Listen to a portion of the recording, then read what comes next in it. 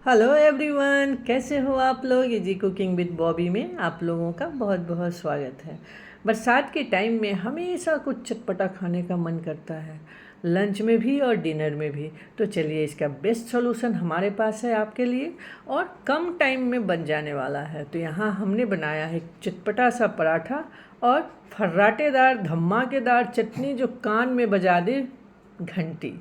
तो आइए शुरू करते हैं। तो इसके लिए हमने एक तवा गरम किया है जिसमें हमने डाल दिया है 3 से 4 हरी मिर्च जिसे हमने बीच से काट लिया था। आप देख सकते हैं लंबाई में ही चीरा लगाया है। साथ में डाल दिया है 8 से 9 लहसुन की कलियाँ। इन दोनों को अच्छी तरह से भून लेना है ताकि लहसुन का भी और हरे मिर्च का भी कच्चापन चला जाए। तो थोड़ी देर लगता है, लगभग 30 से 40 सेकेंड में हमारा हरी मिर्च और लहसुन भून जाएगा। अब इसके अंदर जाएगा एक बहुत ही बढ़िया सा चीज़, यानी कि धनिया पत्ती। आप सोचेंगे कि धनिया पत्ती क्यों रोस्ट करना, तो आप एक बार इस चटनी को बना कर देखना। धनिया पत्ती रोस्ट करने से चटनी की जो टेस्ट होती है ना, काफ़ी मज़ेदार हो जाती है।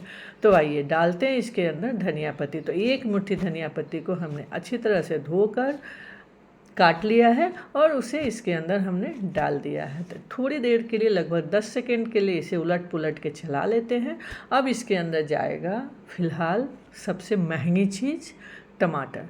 तो यहाँ हमने लिया है मीडियम साइज़ का 2 टमाटर जिसे पतली पतली स्लाइसेस में काट ली है और वो इसके साथ डालकर हमने भून लेना है। लगभग 1 मिनट इसे मीडियम फ्लेम पे भूनना है। फ्लेम को ध्यान रहे, हाई नहीं करना है, नहीं तो हरी मिर्च की झांस लगना शुरू हो जाएगा। तो ये हमारा लगभग टमाटर और धनिया पत्ती के साथ कुछ सेकेंड हमने भून लिया है। अब इसके अंदर जाएगा स्वाद के हिसाब से नमक। नमक पहले डालना है ज़रूरी है ताकि टमाटर हमारा अच्छी तरह से सॉफ्ट हो जाए। और इसके साथ ही जाएगा Kashmiri red chilli powder. Kashmiri red chilli powder हमने इसलिए डाली है ताकि चटनी का कलर बहुत बढ़िया हो दिखेगा। अगर आप चाहें तो लाल मिर्च पाउडर डाल सकते हैं, या आपकी चॉइस है आप कितना तीखा पसंद करते हैं। तो चलिए, हमने लाल मिर्च पाउडर यानी कि कश्मीरी रेड चिली पाउडर भी डाल दिया और नमक भी डाल दिया और इसे हमने अच्छी तरह से भून लेना है। फ्लेम को हमने कर दिया है मीडियम से लो फ्लेम पे हमारा ये चटनी बनेगी। अब हमारा टमाटर सॉफ्ट हो गया था, तो इसलिए चलिए इसे पोटैटो मैशर से अच्छी तरह से मैश कर लेते हैं। आप देख रहे हैं कितना आसानी से मैश हो रहा है। तो अगर आप चाहें तो फ्लेम को ऑफ भी कर सकते हैं और तब मैश करेंगे, लेकिन हमने यहाँ फ्लेम को लो रखा है और चटनी को मैश कर रहे हैं। चलिए, हमारी चटनी अच्छी तरह से मैश हो गई है। थोड़ी सी मैश और करनी है, तो यहाँ पे हमने कर देना है फ्लेम को ऑफ। तो हो गया मेरा चटनी बनकर तैयार है ना। धमाकेदार चटनी कितनी लाजवाब और कितना जल्दी बनकर तैयार हो जाता है। तो इसको खाने से पहले अगर आप चाहें थोड़ा और चटपटा बनाने का, तो आप चाहें तो इसमें थोड़ी सी नींबू का रस लगभग आधी चम्मच डाल सकते हैं।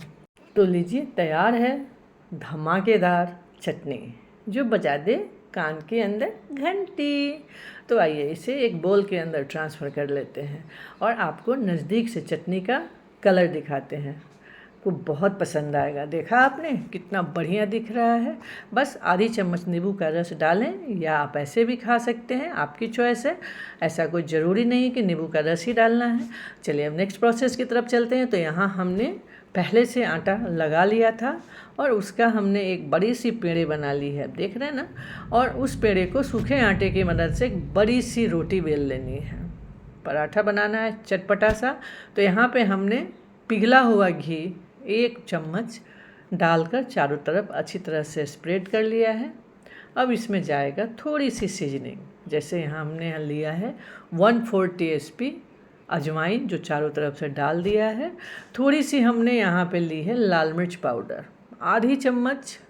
आप चाहें तो 1/4 चम्मच भी ले सकते हैं, जितना आपको तीखा खाना पसंद करें। और साथ में हमने डाल दिया है थोड़ा सा काला नमक, और ज़रा सा काला नमक 1 पिंच डाला है। और साथ में डाल दिया है हमने आधी छोटी चम्मच चाट मसाला। सबको अच्छी तरह से स्प्रिंकल कर दिया है और यहाँ एकदम सेंटर में हमने कट लगाया है। अगर आप बच्चों को खिलाना हो तो आप चाहें तो इसमें थोड़ा सा चीज़ भी डाल सकते हैं, अच्छी तरह से ग्रेट करके। और ऊपर से बीच से कट लगा दिया है हमने, और फोल्ड करने से पहले हमने थोड़ा सा आटा भी स्प्रिंकल कर दिया है। आप देख रहे हैं कैसे कैसे हमने फोल्ड किया है इसे। तो एकदम सेंटर में आप कट लगाएंगे तो अच्छे से बराबर से ये फोल्ड हो जाएगा।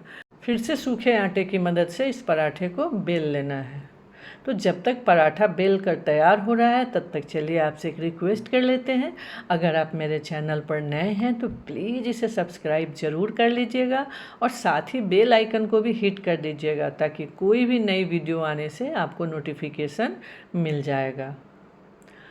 तो चलिए पराठा हमारा तैयार है सेकने के लिए। तो तावा हमने पहले से गर्म कर लिया था, चलिए उसे प्लेस करते हैं तावे के ऊपर और इसे अच्छी तरह से सेक लेते हैं। बाकी के पराठे भी बेल कर तैयार कर लेते हैं।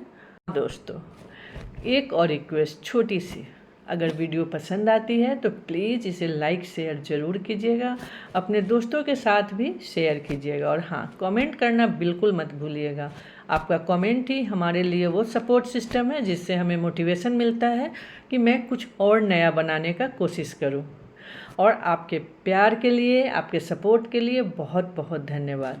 तो चलिए पराठा हमारा पलट दिया हमने, अब इस पर आप घी या तेल कुछ भी यूज कर सकते हैं। तो यहाँ हमने यूज किया है घी और बहुत कम क्वांटिटी में यूज किया है। आधी छोटी चम्मच हमने घी लिया है, एक साइड अच्छे से आप देख रहे हैं कितना बढ़िया से स्प्रेड कर दिया है।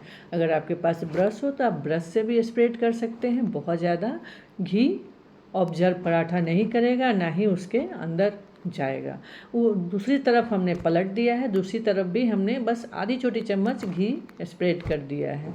तो देखा आपने कितनी जल्दी पराठा हमारा सिक रहा है। अब इसे उलट पलट के अच्छी तरह से ब्राउन होने तक सेक लेना है। तो चलिए देखा कितना बढ़िया सा कलर आया है ना। तो दूसरी तरफ भी इसी तरह से सुंदर सा कलर आया होगा, आप देख सकते हैं। चलिए पलट के दिखाती हूँ आपको, आप देख लीजिए। तो इसी तरह से जितने भी पराठे हमने बनाए हैं सारे के सारे पराठे बना लेने हैं।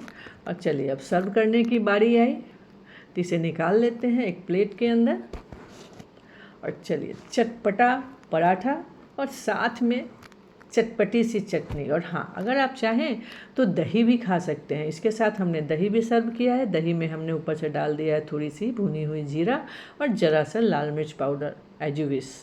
और इसके साथ पराठे का स्वाद तो बहुत ही दुगुना हो गया है। आप एक बारी बनाकर तो देखो, बच्चों को भी बहुत पसंद आएगा। और हाँ अगर एक बार इसके अंदर आपने चीज़ स्प्रेड करके पराठा बना दिया तो बच्चे तो मांग मांग कर खाएंगे। तो देरी किस बात की है, आप भी बनाइए, इंजॉय कीजिए अपने फैमिली एंड फ्रेंड के साथ। मैं मिलती हूँ नेक्स्ट रेसिपी के साथ, तब तक के लिए bye bye, happy cooking, thanks for watching.